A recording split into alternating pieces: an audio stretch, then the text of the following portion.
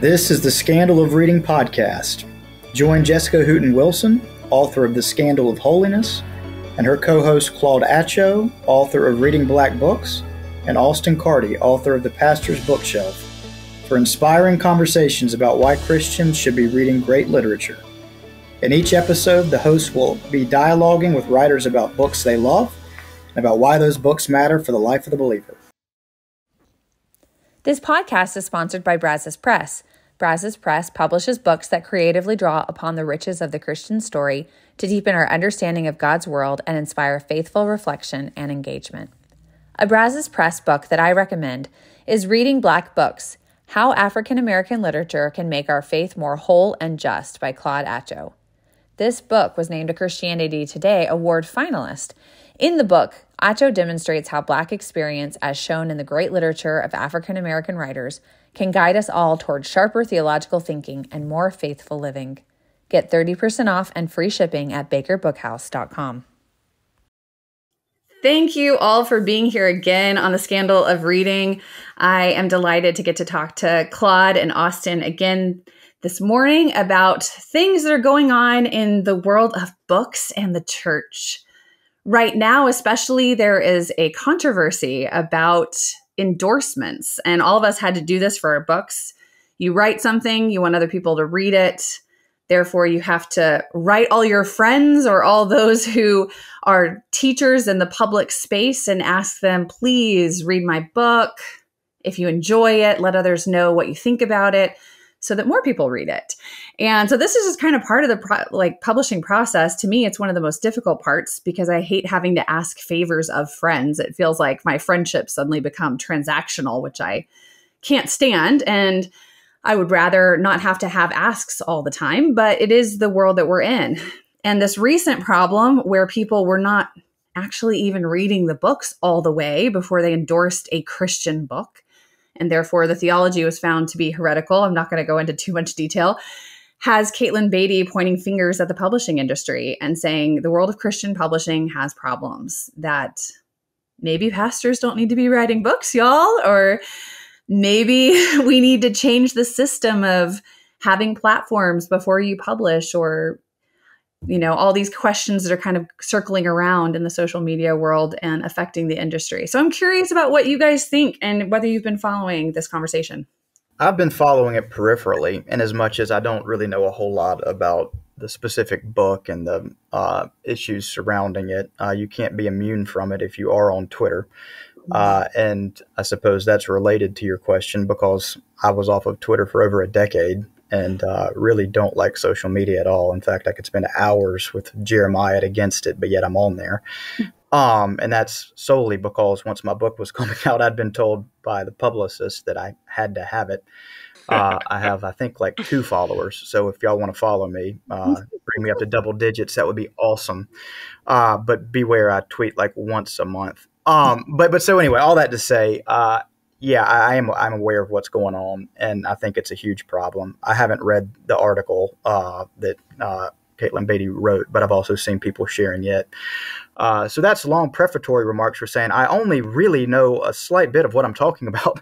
But that being said, I do know that I think it's a real problem in general, and for Christian ministry and Christian communication in particular, for folks to put their name on an endorsement of something that they haven't fully read and considered and reflected upon. And I sure hope that the folks who read mine and endorsed mine had read it.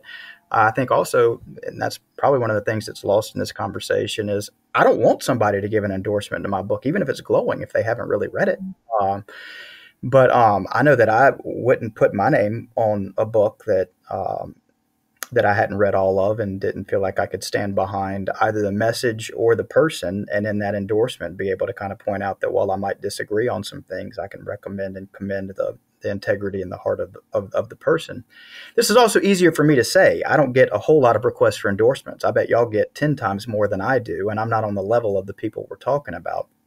But all of that being said, it is something that we need to take very seriously. And there's an enormous problem within Christianity in general, but within evangelicalism in particular, with the cult of celebrity. And without meaning to, I think we do perpetuate that by getting involved in a game where we're we're all uncritically trying to help build one another's platforms. There is a spirit of generosity that I think takes place in that. I mean, y'all have both done that for me. I mean, my being on this podcast is a gift that y'all have done to kind of bring me in and give me some more platform visibility. So that's generosity of spirit, that's charitability. But I do think that there's a need to be kind of reflective and critical about how we're doing that, so that we don't just get involved in kind of an institutional mechanism where we're all just trying to promote one another for one another's sake, to ultimately continue to elevate ourselves. So there's my 2 cents.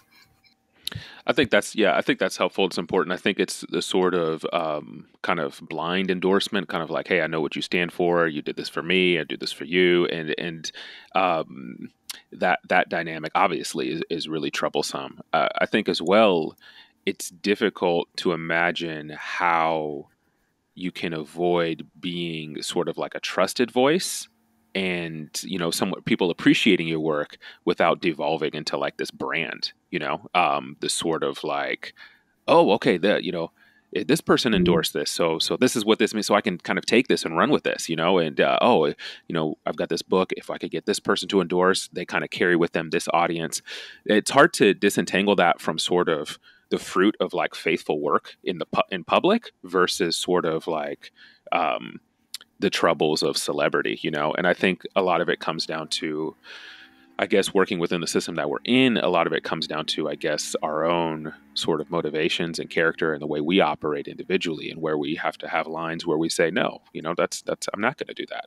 And where we, have to be discerning in that sense. I think that sort of was troubling about this most recent incident where it sort of pulled back the veil maybe for people outside of the industry to sort of recognize like, oh, okay, I kind of trusted these voices.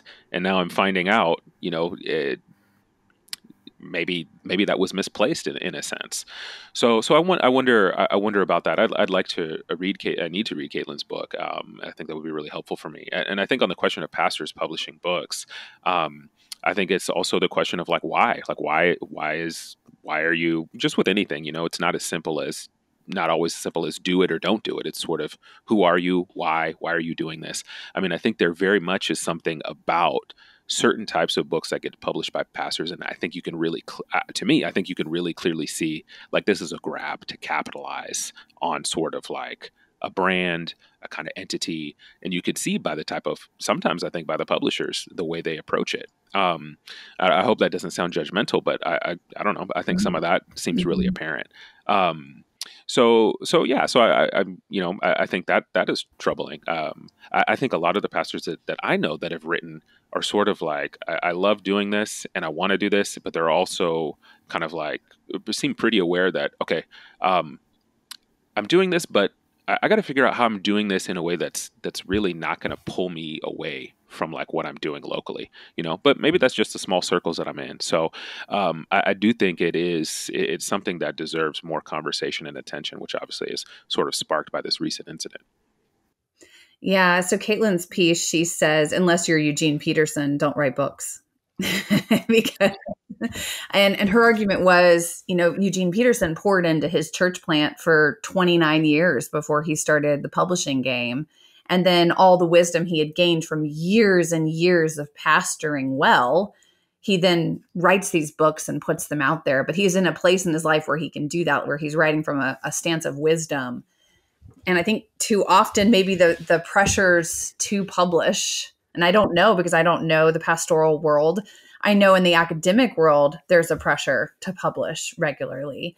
And that's not necessarily why I do it. I've been accused, someone accused me of trying to be a sexy academic, which I think is hilarious.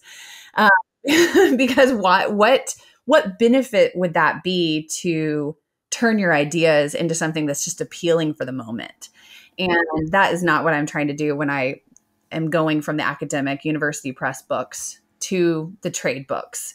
What I was doing is thinking, why is all of this wisdom, all of this teaching, all the stuff I've learned from the people I respect and admire, why is it being kept in the college classroom? Sure. Yeah. These are things that would benefit the church. So my motivation is there. I think if I ever feel the need to be only relevant or temporary or platform building, I would hope that everyone in my life that I have close relationships with would say, stop publishing, stop writing. You're kind of spinning your wheels and spitting stuff out there that doesn't need to be in the conversation. And I would hope it would be the same for pastors. Yeah, I mean, I think some of it comes down to what is a successful model in your vocation. So I think there is a model within, and I think maybe this is where Caitlin's really from what I can deduce, really extremely kind of like on point and helpful. There's this idea of a successful pastor. I mean, it's a big church, book deals, platform, all these sort of things. So then because of that, there is an appeal, and there is a sense of sort of like, oh, is this what I'm supposed to be doing? I'm supposed to kind of, I need to have video clips of my sermons, I mean, I personally, I think, for me, I'm like, if I ever put video clips of my sermons online, that feels really strange. But that again I think there's a personal sort of discernment for some people. They can, I've had others tell me like, no, but this is good and it'll help and it'll reach people. But it also feels like, well, maybe I'm just supposed to reach the people that I'm around, and in terms of sort of like stuff that happens in my church locally. But I think there is this sort of standard definition of success in our vocations, which then challenges us to really discern and filter. Is that really success? Is it really success to be a platform pastor that has a bunch of book deals, or is that something that actually comes maybe later from the fruit of a long time of ministry, if ever, and for many, not at all, and you need not be concerned with it. What does it mean to be an academic who is first a Christian and wants to serve the church? Like, what is it? So I think there's a lot of hard work for us to do to sort of interrogate maybe models of success in each of our vocations in relation to our sort of celebrified culture, where we feel like we have to share everything we do, and if we don't share it, and we don't like depict the process and the afterwards and how much people liked it, it feels like it never happened, or it feels invalid, And I think that's a really big challenge for us, And I think the other side of this is it can turn into a lot of second guessing for people who are genuinely wanting to share their work and to serve others, so then you get the inverse of the problem, which is like, oh, okay, I need to write these things that are helpful, but now am I just caught up in this game? So I think it's really tricky. I think we need a lot of good thought and conversation to help us figure out what we're to do.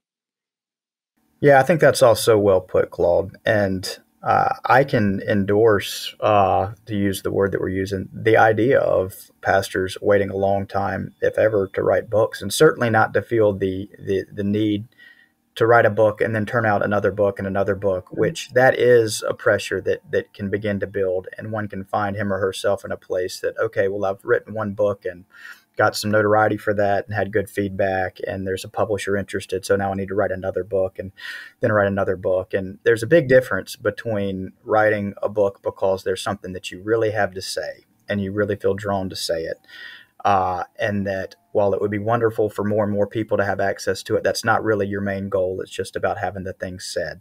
There's a difference between that and suddenly having this sense of vocational pressure that you have to keep putting out more books to be able to increase visibility, like Claude was saying. And there are institutional pressures that take place in that, depending on where you are in kind of the grander church milieu. If you're in big box evangelicalism, then that pressure's on you hard. I can say a lot of these things very easily because I'm in a little local church ministry, part of the Cooperative Baptist Fellowship. It's not normal for our pastors to feel like we need to be writing books. So there's no sense of I'm not living up to my vocation if I don't write another book. Whereas right down the street, a good friend of mine, pastor of one of the 10 biggest mega churches in the country, there's pressure on him to write a book and write another book and write another book. And folks attach a level of success and credibility to that. And so that's something that's institutionally pressing down in a way that folks like myself just don't feel. So it's easier for me to say that because my worthiness as a pastor is not being judged on that. But all of that being equal, I do think that it's potentially detrimental to the pastoral vocation to feel like you really just need to be pumping something out for visibility, and certainly to then feel like you need to be able to stay current and in the game, to be endorsing other folks so that you can keep building your level. And I do want to say one other thing before we kind of get off of this, which is that, and we talked about this in one of the earlier podcasts, I've been in the writing world now for over 2 decades, which is hard to believe. When you go Google my name and see how little I have to show for it, then then it leaves you really scratching your head. But I had a New York reputable literary agent as far back as early 2003, so just shy of, so 20 years now. And things have changed so dramatically in those first years, leading up to what was my first, up until the Pastor's Bookshelf, nationally published book. What an agent was looking for you to have for a proposal was so entirely different, because there wasn't social media. Even this clamor for endorsements wasn't the same.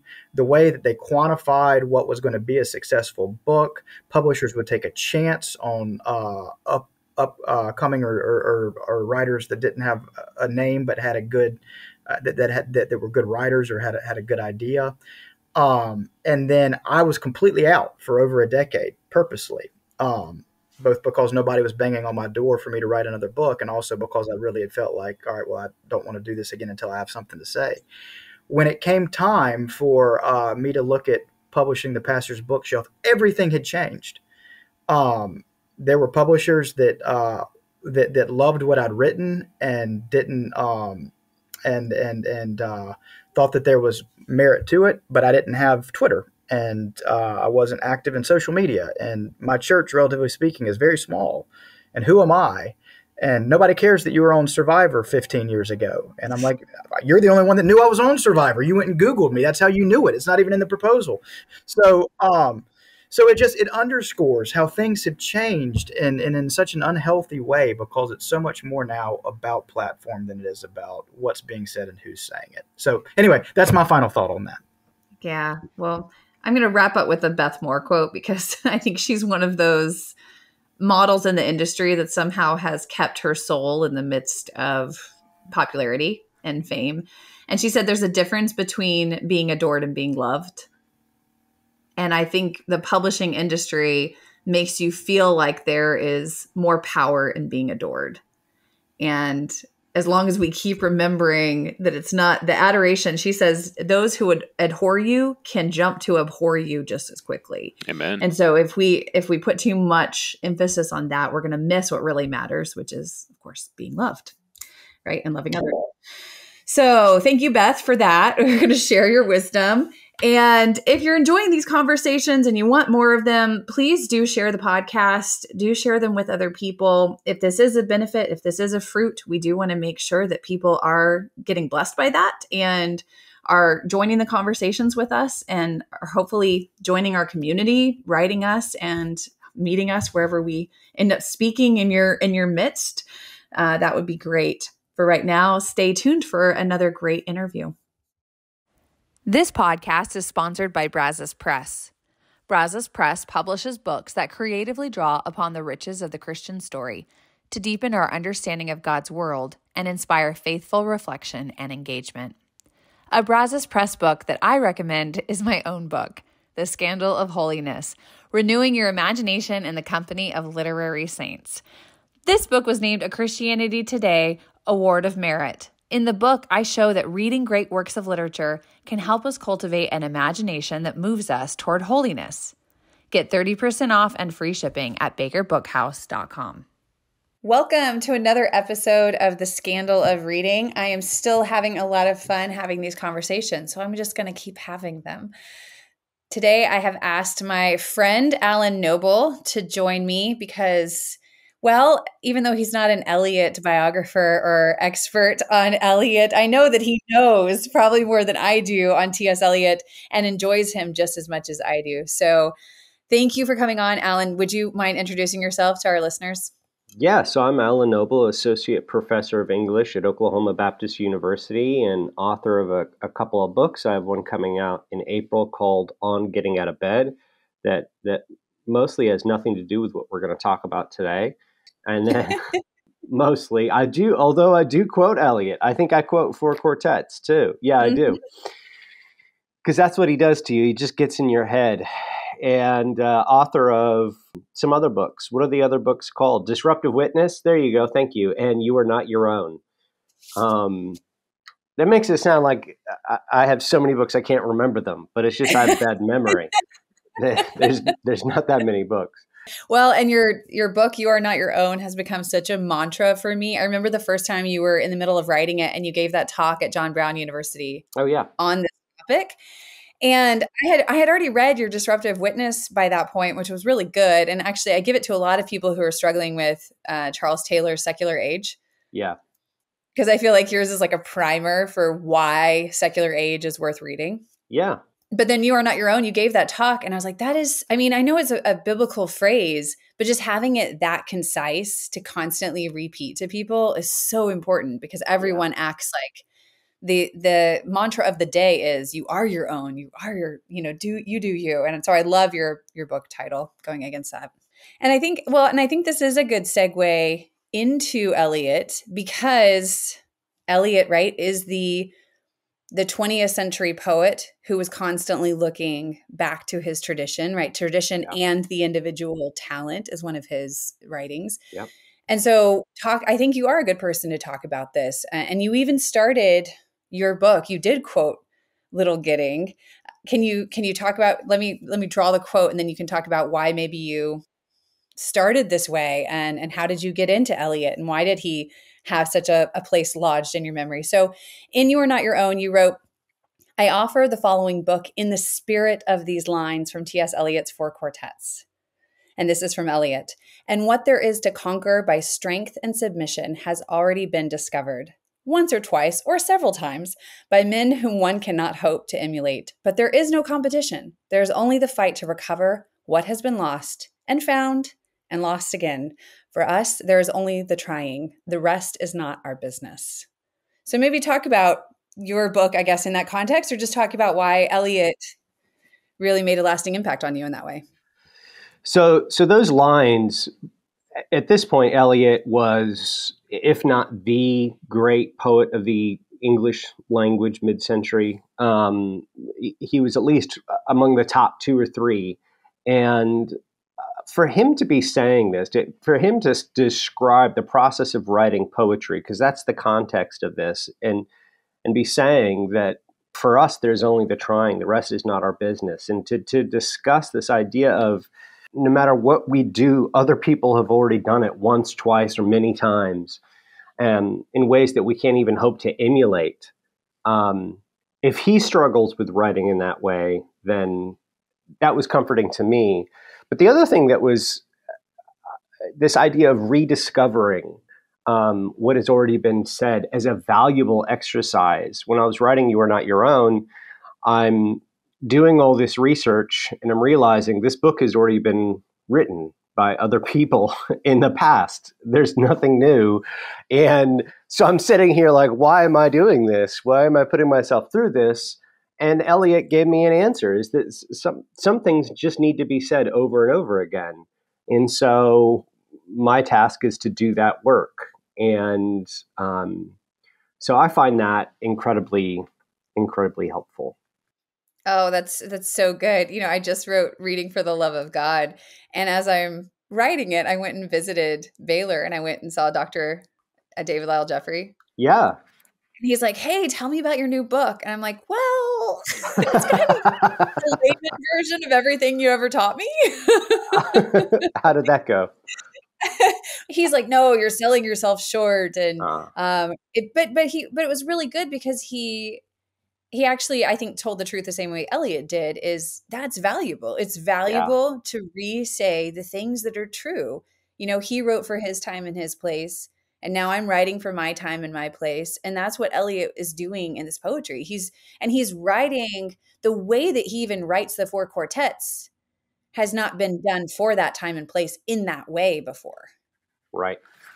Right. And he gives tribute to the past in the ways that he says them, right? He doesn't try to hide it or pretend to be original. Yeah. I mean, this is part of who Eliot is. He loves to be pulling from, he's a classicist in literature, right? Mm-hmm. He loves Mm-hmm. pulling from other works and connecting to it. And even the compound ghost he meets in Little Gidding is represented, like literally embodies this idea, this compound ghost who's Yeats and probably Keats and who knows who else. It's one of the things Pound and scholars, Dante and certainly Dante. Yeah. maybe Julian, if I can throw her into the compound of Yeah. Norwich. Yeah. Of Norwich. Oh, that Julian. Yes. That Julian. Yes. Yes. Yeah. Yeah. I mean, because he quotes her Right. at the end. So yeah. Yeah. She's in there. Okay, so before jumping to Little Gidding in the very end of this, could you just set up, okay, so who is Eliot at this point in his life writing this poem? It's 1941, kind of take us back in time. And what is the Four Quartets? Can you just explain the poem itself?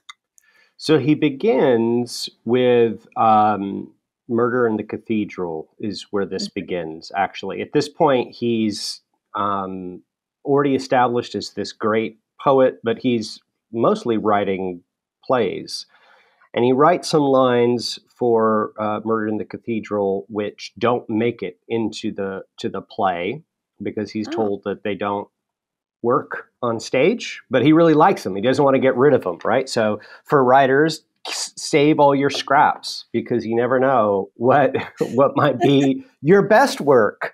And so he begins with those, and that's the first. I don't know if it's just the first stanza. I can't remember, but it's the beginning of the poem Burnt Norton, which is the first of the poems. And so he writes it. It's a very difficult process for him. He doesn't intend at the beginning to write 4 of these. It's just one poem initially.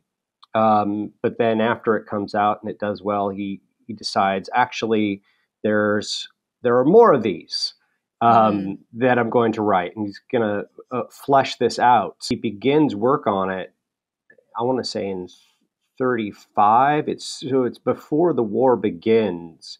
Okay. But it's written. Most of it's written during the Second World War, and part of what we'll see is his experience as an air warden. That comes into play, especially in Little Gidding.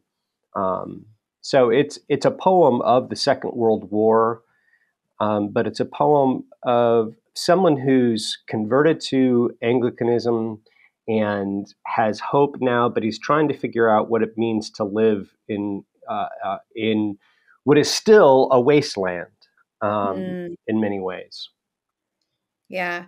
And I knew the part where he had written Burnt Norton previously and didn't intend the other pieces. Did he write the next 3 parts of the quartets, though, with all 3 kind of planned out in his mind where he was going with this? I don't know.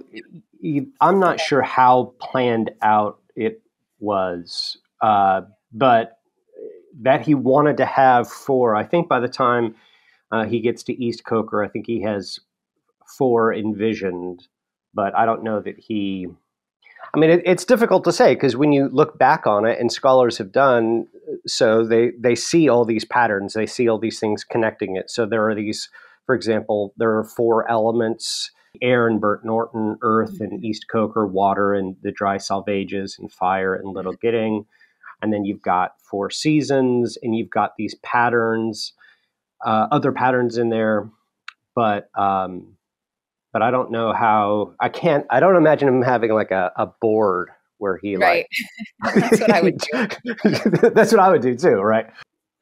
Yeah, I would need my index cards for like, okay, what motifs am I doing? Like, how does this all line up? Color code them. Yeah. Well, and it's so inspired to imagine that he was able to do this. Because even like something like the Divine Comedy, right? And that, of course, is a huge influence on this poem. Yeah. Dante has the benefit of having each canto like on its own page, and he can kind of compare like canto 19 of Inferno with Purgatorio, with Paradiso. So it just seems to me like after you've written Burnt Norton, it would set up the skeleton of making sure that the other 3 pieces fit Right. right? Yeah. And so I just didn't know if he did that because I know he wrote it over a few years. I didn't realize he even started it before the war, which makes sense. I'm not an Eliot scholar, so Yeah. Neither am I. yeah. But I have heard a lot of people talk about how the four poems, they end up telling a narrative altogether. Have you heard this idea that the whole, like all four of them end up, who, I don't even remember the Yeah. guy's name who does this, but Yep. he talks about like Bert Norton is entering our first world. Yeah. East Coker is adopting the old world. Okay. Dry Salvages is rediscovering the new world. And Little Gidding is choosing between worlds. I've not heard that before. That's interesting. There's definitely there's a sense in which Burnt Norton is inviting you into the first world. I think that that makes a lot of sense. And by the time we get to Little Gidding, you know, at the very end, which we'll get to later, because it's amazing. But when we cease from our exploration, there is a narrative arc there. But knowing that he didn't intend, he didn't plan this narrative arc, kind of, I think it actually does. It makes more sense to me because it's not a very tight arc if there's one there, but what you just summarized makes sense. I can see that reading. This is the thing with Eliot, is that there's a lot going on, and there are still what you asked me earlier, what drew me to Eliot. I started listening to this poem on YouTube. You can find Eliot reading it, and you can find Alec Guinness reading it. And I would start Jeremy Irons. Not a fan of his reading. I don't know why. No, because there's music. I think there's music in the background or something. And it's just I don't need mood.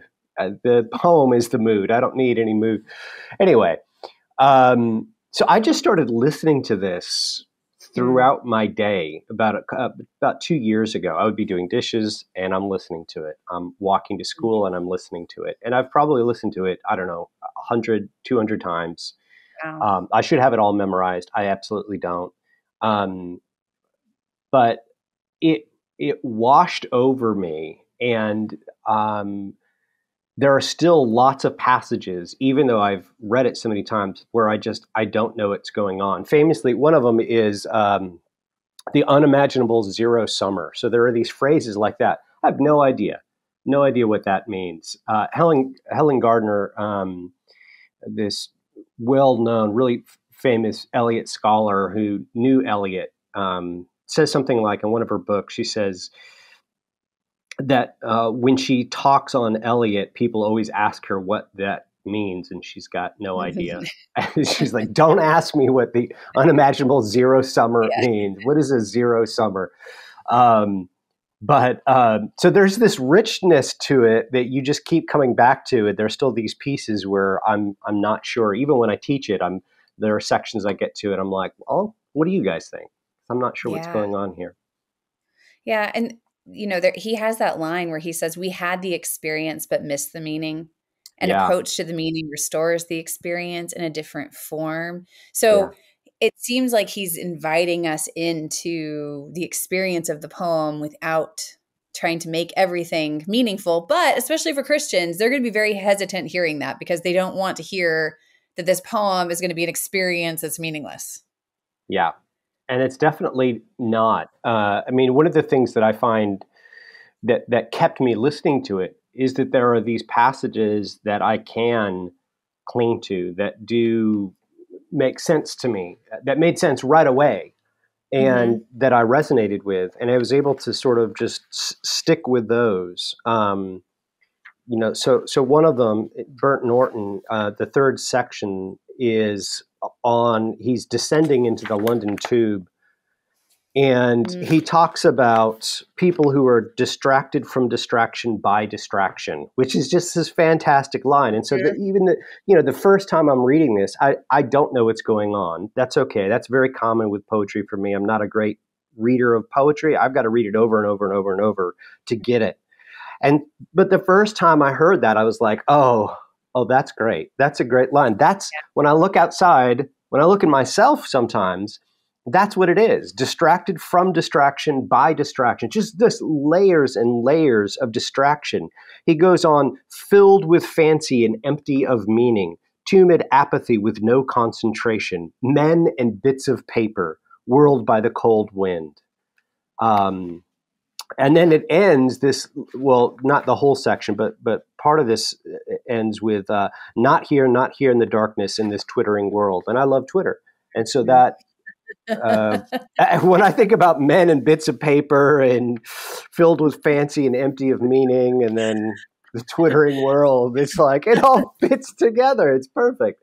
So you should write like an annotated version of Bert Norton connects to the 21st century. Yeah. But it's as this depiction of the modern wasteland. And so that section, I think, it's very reminiscent of the wasteland. And so for Eliot, we're still living in the wasteland, but there's a way of living in it righteously. And that's, I think, the heart of this poem is how to live. Yes. Which is, what a topic. No kidding. Well, and it's how to live meaningfully, like how to see the world meaningfully. And it feels like the poem itself is training us away from the distracted from distraction by distraction. Yeah. With the poem itself. Yeah, absolutely. Because you have to attend to it. You have to attend to it to figure out what's going on. And this is one of the things great poetry does, is it forces you to concentrate. It forces you to slow down and pay attention and to peel apart. But I would say to people who have not read the four quartets, and this is the advice I give to my students, just listen to it and let it wash over you and give it time. And what'll happen is you start piecing things together. Yeah. Yeah. So starting just with Bert Norton, do you mind reading just the opening? Like how would we read this? So let's imagine just like reading it out loud. Someone's reading for this for the first time. What did they do? What did they do? Yeah. So, I mean, realistically, when people, I'm married to an engineer and I live in a small town. So I'm not at Oxford. I'm not in somewhere where everyone is reading this poem and people know how to read poetry and it's part of their daily practice. So I can imagine not having any of that background, but people hear what we're saying, that this poem matters, that it can actually maybe help you out of your distracted from distraction by distraction. And then you sit down and there's these abstracts, time present and time past, and both perhaps present and time, future and time. How do we read that? How is it supposed to wash sense over us and sound to us? Yeah. All right. So this is what it says. As you said, time present and time past are both perhaps present in time future, and time future contained in time past.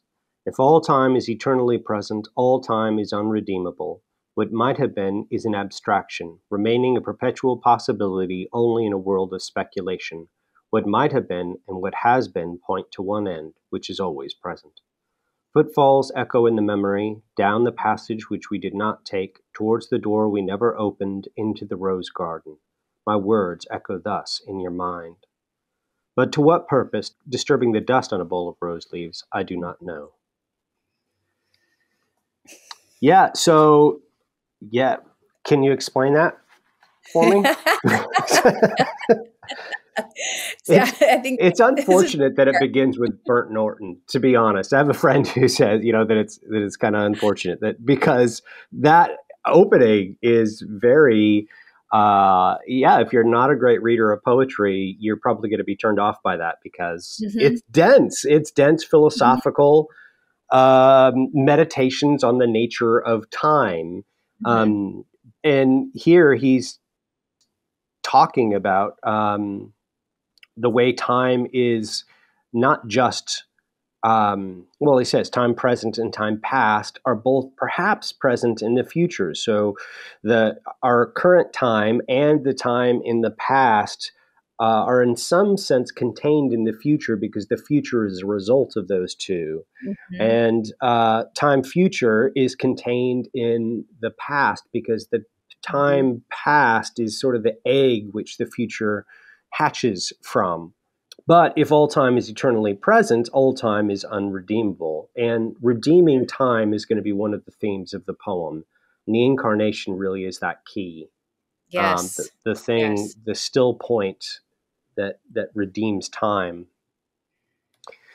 And so he goes on, what might have been is an abstraction, remaining only a possibility, only in a world of speculation. So, we look back on what might have been, but it only exists as a possibility in a world of speculation.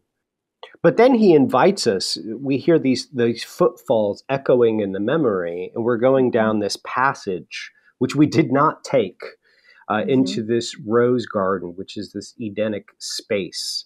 And it's a little bit, I think of this opening a little bit like Proof Rock, where we're invited to follow along.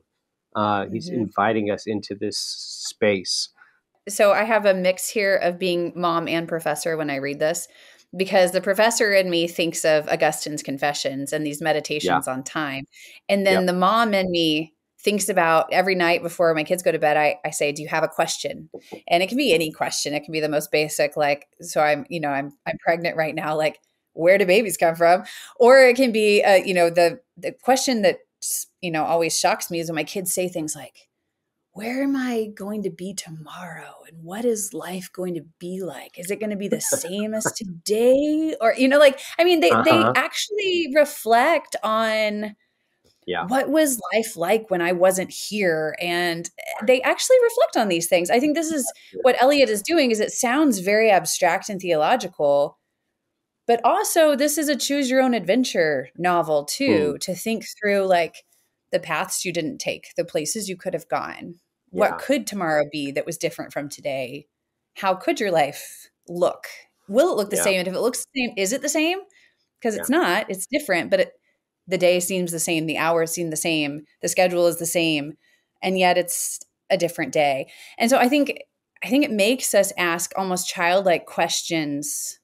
And that in and of itself is moving us past the distracted by our own busyness. That moment of like humble reflection, of not knowing is something that we don't practice enough. And he makes us start that way. Yeah. And slow down. It's right. My daughter, my oldest, when she was probably 3 or 4, we were driving somewhere and she says, nothing is going to be exactly as it is right now. Yeah. That car will never be in that place. And like that tree won't be there at those leaves or whatever. Right. And I was just like, what is going on? You're so profound, but you're right. That's what kids do. She was just meditating on the nature of time and time passing. Yeah. And I think, I may be wrong, I don't remember where he gets the title Burnt Norton from, but isn't there a sense in which like he titles it from somewhere in his past? Like he's trying to take us back to childlikeness? So Burnt Norton is a manor in England that was burnt down, and it has this garden. And that's...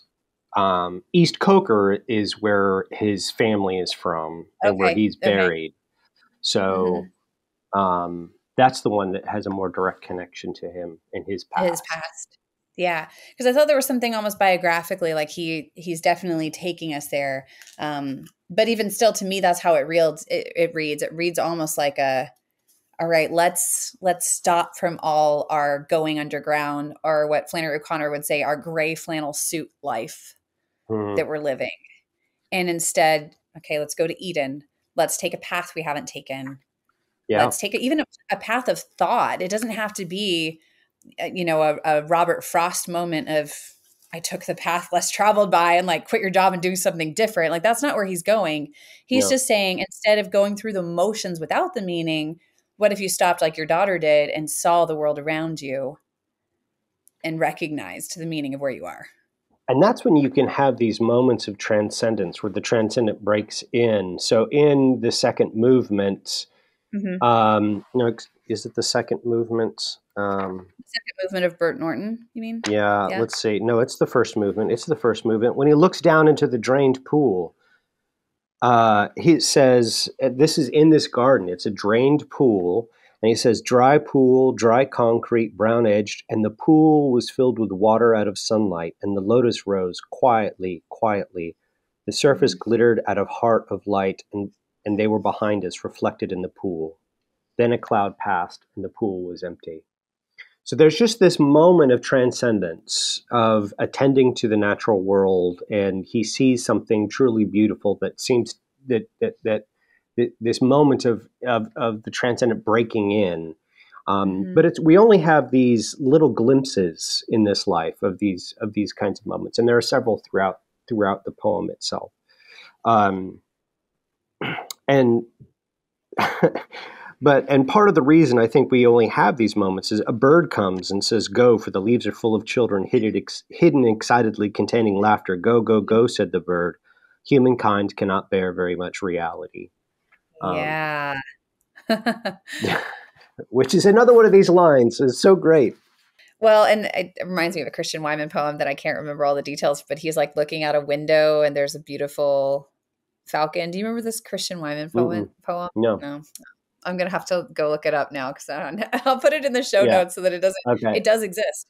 But that's what I was thinking of, is that there's this moment in which the bird calls you to stop and reflect rather than just keep going throughout your day and not think about the way that your whole life fits within a bigger arc, which I think is what Eliot's trying to do. So what are a lot of people, and this is me, myself included,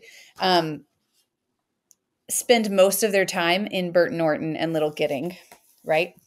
So what are the highlights for East Coker and the Dry Salvages? And on this, while you're like thinking of the passages to draw our attention to, in the 4 quartets by the Trinity Forum, they actually have where they just highlight passages. So it's not the whole thing. If people are overwhelmed, it has an introduction by Mako Fujimura, and then it just has, here's a small intro to the poet itself. It has discussion questions. You can do this with your church group. And they put stuff out like this, like every month. So here's a little Julian of Norwich, here's a little Bonhoeffer, here's a little Dorothy Day, just to kind of keep you in the tradition and know what's going on in the tradition. So yeah, that's great. East Coker is my favorite. Well, okay. So same with so people always talk about limited time in a classroom. And so I do all 4, and I've done all 4 many times. So it's not always, but depending on which seminar I'm teaching, sometimes I only have time for 1 or 2 in a class period, because a class period is an hour and a half. So maybe I get to 1 on a Tuesday and 1 on a Thursday, and I can't get all the way through Dry Salvages or East Coker. So that's usually where I spend the bulk of my time, is the beginning and the end. So tell me why we should pause on these 2 more. Yeah. So I think Dry Salvages is the weaker of them, of the 4, personally. And Burnt Norton is great, but it's dense. It's difficult to get through. East Coker, I think, just has these great passages. So for example, in the 3rd movement, this is where he talks about waiting without hope. I said to my soul, be still and wait without hope, for hope would be hope for the wrong thing. And I use wait without love, for love would be love of the wrong thing. There is yet faith, but the faith and the love and the hope are all in the waiting. Wait without thought, for you are not ready for thought. So the darkness shall be the light, and the stillness the dancing. Dancing is loaded term in this work, in this poem. So as he's thinking through ways of being in the world, he has this kind of a way of resignation, or not resignation, or way of denial. And he's working with St. John of the Cross. Right. Part of what he wants to emphasize is, I think, is with this idea of waiting without hope, is that, well, as he says, hope would be hope for the wrong thing. And I use this in You Are Not Your Own as a way of exploring the contemporary political world. We tend Right. to, when we hope for the wrong things. We think that we hope for the right things. And I pull, I use as an example Jonah as somebody who hoped for the damnation of Nineveh. Oh, And so good. Yeah. he imagined that he was hoping for the right things. But there's a sense in which, in order to follow God, we actually have to wait without hope. And he's not saying hopelessness. What he's saying is don't have this very definite vision of what you think the future needs to be like. You have to be patient and trust in God. So I love that passage.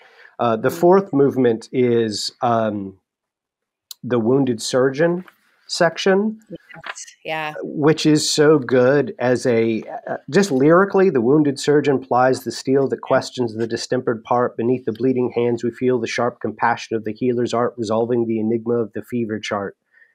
Our only health is the disease. If we obey the dying nurse whose constant care is not to please but to remind of ours and Adam's curse, and that to be restored our sickness must grow worse. So here he's got this, he's talking about the gospel. He's talking about sin in the gospel, God as this healer. And, it ends, if to be warmed, then I must freeze and quake in frigid purgatorial fire. So he's back to Dante, of which the flame is roses and the smoke is briars. The dripping blood our only drink, the bloody flesh our only food, in spite of which we like to think that we are sound, substantial flesh and blood. And again, in spite of that, we call this Friday good. So that's just beautiful and magnificent. And it gets stuck in your head, too, in a good way. I love that. The next section, the fifth section, is this is where he says, so here I am in the middle way. So we're back to Dante, midway through my life's journey. And he's talking about these 20 years between the two wars. And this is that section actually where we started with, where he talks about the rest is not our business, where he talks about the struggle of writing. And just as this confession, I mean, he says, I've largely wasted 20 years trying to learn to use words. And you just think, man, Eliot, if you can't use words, then how can I ever? And every attempt is a wholly new start and a different kind of failure. And that's, I'm about to start a fourth book, and that's how I feel right now. It's a wholly new start and a different kind of fail. I'm going to fail in a new way. I read these to my students. I read this section to my students because they feel, very insecure about their own writing and the process of writing. And each venture is a new beginning, a raid on the inarticulate with shabby equipment. That's what writing process is like. Yeah. So that's why I like East Coker the best. There are just more passages that resonate with me. I've been reading a lot of Sayers, so this sounds very Sayers, and then Sayers and Eliot were friends, and Sayers always said, friends like Eliot, friends like Charles Williams, they had an understanding of language. They knew what words meant and why words were powerful, and they knew how to use them well. And what Sayers was always finding is that so many people, the inarticulate with shabby equipment, always deteriorating, they didn't understand how to use words. So a lot of the fights, or even a lot of the falling for rhetoric of the fascists, or any of these things, were people not understanding language, right? As one of our tools of being. And I think that's another thing this poem does, is it re-gifts us language. Gosh, yeah. And gets you excited about language, at least me. Yeah, me too. Yeah. Well, and also talk about failure, if Eliot has done this, I mean, I don't even know how to footnote what he does here, and be able to do this even half as well. Yeah. So for me, the Dry Salvages, I usually, I meditate a lot on the fifth movement because it sets up Little Gidding. Yeah, that's good. That's probably my favorite section. And he goes back to, in the same way where he's talking about Bert Norton, where he's meditating on time, but what we've seen in Eliot is kind of this pattern. So the rose garden, the roses, the fire, the purgatorial, then becomes purgatorial fire. So he's taking these motifs, and as the pattern of repeating them happens, and he knows consciously that he's doing this, he's repeating them at a new register each time. Yeah. Right. So they get thicker and thicker and thicker. Yep. So by the time we get to this conversation about time in the fifth movement of Dry Salvages, it's very thick with what time is. That's well said. Right. So the part I'm looking at is to apprehend the point of intersection of the timeless with time is an occupation for the saint. And that, to me, of course, someone who writes on saints, that's such a key line to understand what time is for us, or what time should be, right? And he's contrasted this. I love this section too. This is my favorite part of Dry Salvages, in part because it's funny, right? Because he begins with this to communicate with Mars, converse with spirits, report the behavior of the sea monster. He's got a sea monster in there. And then when he really gets to, all these are usual pastimes and drugs and features of the press. So he gets a dig at the press there. This is what the press, this is and he says, and always will be, there's something, men's curiosity searches past and future and clings to that dimension. So we're desperate to touch eternity. We're desperate to transcend time, to see into the future or to see into the past. And we can't. And he's got psychoanalytical theory in there, dissect the recurrent image into preconscious terrors. He's got all these different things. Some of it's witchcraft, some of it's the press. But he says, but really to apprehend it, the only ones who can really apprehend the point of intersection of the timeless with time are Christians. This is something special that's given to us. And it kind of just gives you chills. Like, okay, this is something special. No occupation. What do you do with this? No occupation either. So he says it's an occupation for the saint. And then he says no occupation, but something given and taken in a lifetime's death in love, ardor, and selflessness and self-surrender. Yeah. Yeah. So it's an occupation, but it doesn't, it's not something you can pursue. It's not something you can earn towards. It reminds me a lot too of C.S. Lewis, right? In Screwtape Letter, he talks about the devil is always wanting to get people to attend to the past and the future, but not to recognize the present and to live in the moment the saint lives in, which is the kairos touching the chronos, which is what he's getting at here. But to exist in the present, to be present in the present, to be fully embodied and attentive. And that's where he goes moment by moment, right? Instead of being distracted, being fully present in the present, which I think is just amazing.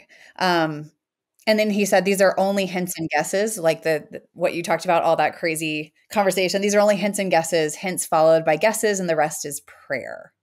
Observance, discipline, thought, and action. The hint half guessed, the guessed half understood is incarnation. Here, the impossible union of spheres of existence is actual.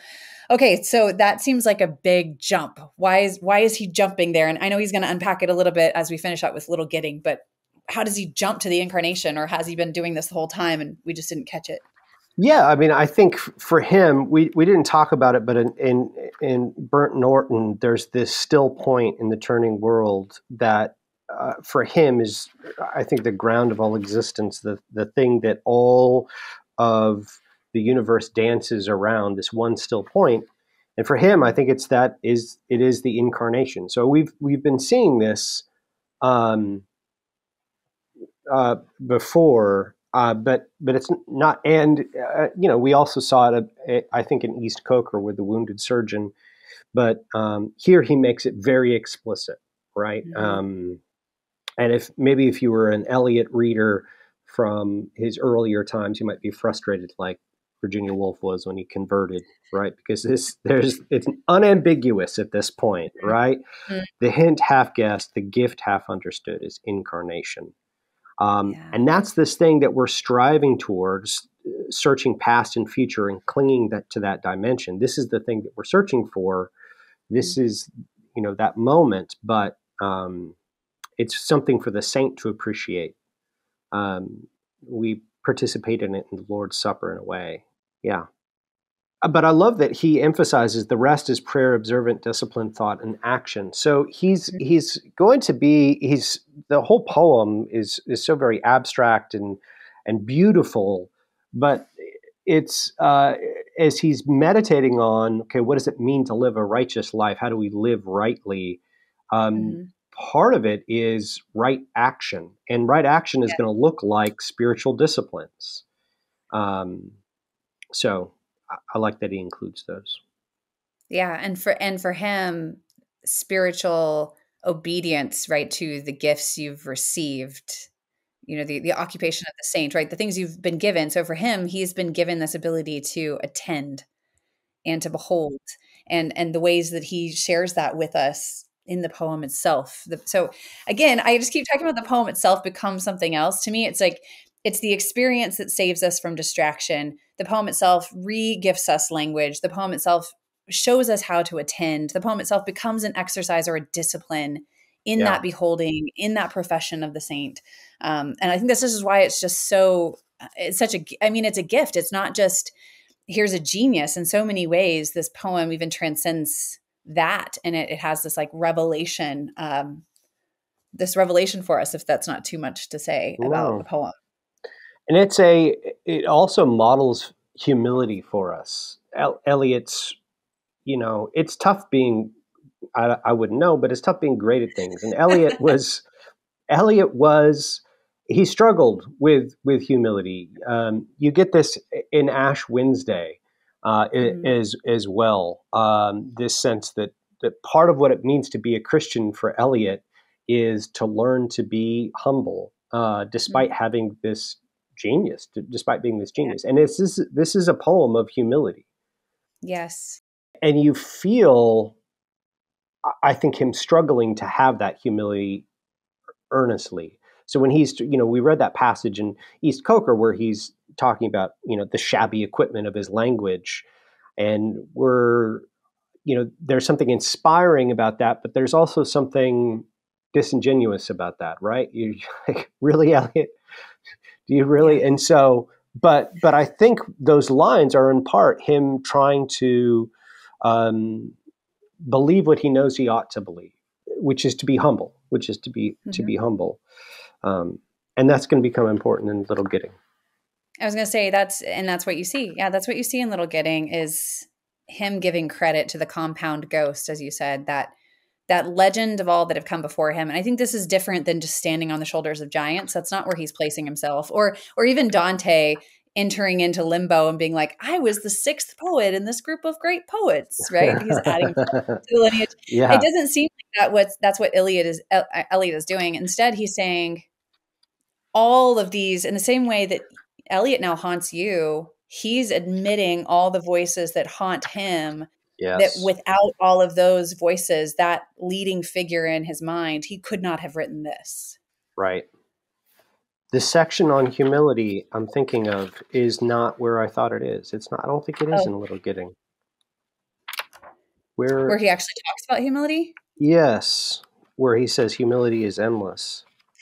I was going to say, this is too big of a poem for me to find I don't have this, like, as you've mentioned before, encyclopedic knowledge of this. No, I don't either. But I will say that there is an embodiment, or can you say an embodiment about a ghost? But there's an embodiment of humility by having that compound personage. Yes. So he says, before he gets to the ghost, he says that the only wisdom we can hope to acquire is the wisdom of humility. Humility is endless. That's the phrase I was thinking of. Okay, good. Yeah, so I have that memorized, but I don't remember the rest of it. In any case, which I think is just a fantastic. That's wisdom. Wisdom is humility. Wisdom is kneeling before God in humility. So let's talk about this compound ghost. What's so fascinating about this ghost to you? Well, and I've read Tradition and the Individual Talent. And so, Eliot was always frustrated with people who said, why should we look at the past? We're so much beyond them. We're so much smarter than them. And he says, they are what we know. Like, they are the reason we think we're so much smarter is because we've inherited them.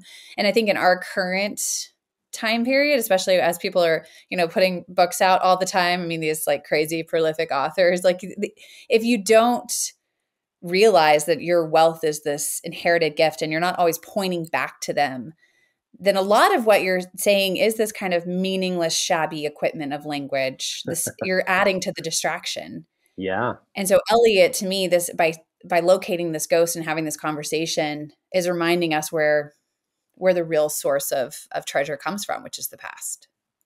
It's a funny conversation he has with the ghost too. I think it's a little funny because the ghost says to him, since our concern was speech, and speech impelled us to purify the dialect of the tribe and urge the mind to aftersight and foresight, let me disclose the gift reserved for age to set a crown upon your lifetime's effort.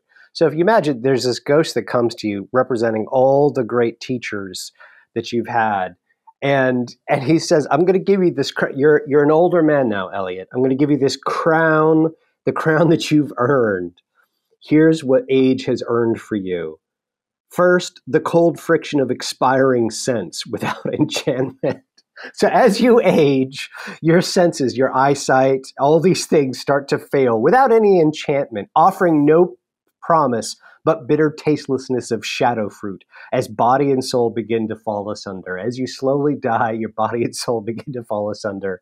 That's one of the gifts for age. Second, the conscious impotence of rage at human folly. So I imagine this old man sitting on a porch shaking his fist at the world.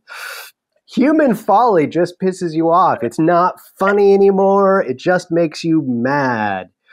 And it's an impotent rage. It doesn't do anything. The laceration of laughter, what ceases to amuse. When you were younger, you thought it was funny to laugh at human misery, maybe. But now it's not so funny anymore. Last, the rending pain of reenactment. This is my favorite one. Of all that you have done and been. All the things you've done and been, you're reenacted in your mind. The shame of motives late revealed. And the awareness of things ill done and done to others harm, which once you took for exercise of virtue. Then fool's approval stings and honor stains. That's what we have.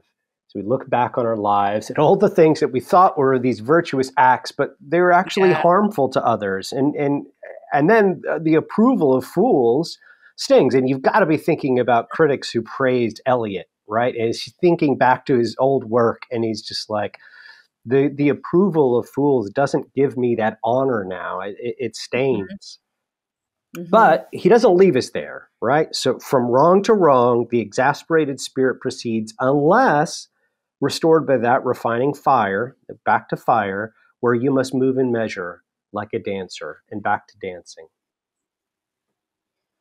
Yeah, so good. So good. Do you, the end of Revelation and Flannery O'Connor, she has a character who they're entering the fire where even their virtues are being burned away. Mm. And that to me is what seems like it's happening here is like the last things that Eliot could have been holding on to justify who he was or how good he was at this, like that still belongs in the refining fire. Yeah. Yeah. Right. Even the things that he, like you said, where he's struggling with humility, even the things that he thinks are his own or his own abilities still has to be given up into that process. Yeah. So good. Yeah. I love those. I've circled them as like these three things that he gives you in that moment, which I just think is fantastic. The preaching. I've always wanted to make like a birthday card for older people out of this. Like, here are these three gifts that we've given you. but it's kind of a niche audience, but well, and it's hard to understand when you're young. I think about teaching this poem to students. That's just not something that they understand. Those three things, right? I think it's hard to get apart from age. Often when I'm teaching this, I'm excited up there, right? Standing in front of them. And I'm like, guys, Just remember this. Just remember, you'll be there. Don't worry. Yep. It is a middle-aged poem. I feel like it's a middle-aged poem. That's the thing. I was like, wait, when did we get to be middle-aged? But no, you're right. Like, I get Eliot now in a way that I don't think I got him even in grad school. Yeah, absolutely. Absolutely. You could get the incarnation parts, right? You know, Right. that stuff's easy, but it's not, but the objects of, you know, the focus on humility, that's different. Yeah. And even the ending, you know, I've quoted the ending before at graduation speeches because I do think it's an important reminder. But every time I hear it at a different age, it means something new. Yeah. Right. His final verses there. So yeah, as we wrap up, do you mind just finishing with this kind of final vision and we'll close with it? Should I just read the last stanza? What do you think? I think so. I love the introduction of it though with the drawing. Yeah, with the drawing of this love and the voice of this calling, we shall not cease from exploration, and the end of all our exploring will be to arrive where we started and know the place for the first time. Through the unknown remembered gate, when the last of earth left to discover is that which was the beginning, at the source of the longest river, the voice of the hidden waterfall, and the children in the apple tree, not known because not looked for, but heard, half heard, in the stillness between two waves of the sea. Quick, now, here, now, always, a condition of complete simplicity, costing not less than everything. And all shall be well, and all manner of things shall be well. When the tongues of flame are enfolded into the crowned knot of fire, and the fire and the rose are one. So good.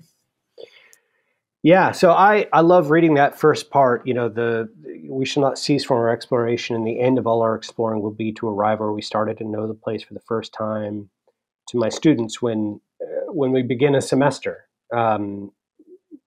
because particularly when I teach our Western Civ sequence, because we're going back to the Greeks and to the Romans, and what I want them to understand is like we're going to go back exploring. But we're going to do that in part to see where we are today, because you don't know where you are right now. Yeah. You think you do, but you don't. And that's part of what exploration is about. And see it for the first time, to know the place for the first time. So good. Is that how you use it in the graduation? Partially. I mean, the ways that, so when I quoted it at graduation, the way that I was looking at it as you think that you're here, and then 10 years from now, you'll be looking back at this moment and you'll re-see this moment. Yeah. And you'll know this moment differently than you know this moment right now. And it's constant. I think that's the constant just life of a person, is that you're always thinking in this moment, you know certain things, you are a certain way. And then you're going to look back on that moment and it's going to be different than it was. And I think that that's just what we have. That's what Eliot is asking us to do, is to constantly re-examine the things that we think we know, re-examine the knowledge we think we have. And he does that. You know, you've been talking about how the poem does these things that it's talking about, right? And it does that, right? This last stanza calls back to the children in the apple tree that we heard whispering in Burnt Norton. Right. And so you're being pulled back, and you're really being asked to not cease from exploring the poem, but to go back to the beginning and to appreciate it. And you'll see it. You'll see it for the first time once you read it again, and which is absolutely true. I love this line: "A condition of complete simplicity, costing not less than everything," which I think is a great description of the Christian faith. Yes. On the one hand, the simplicity of the gospel, the simplicity of God, but on the other hand, it costs not less than everything.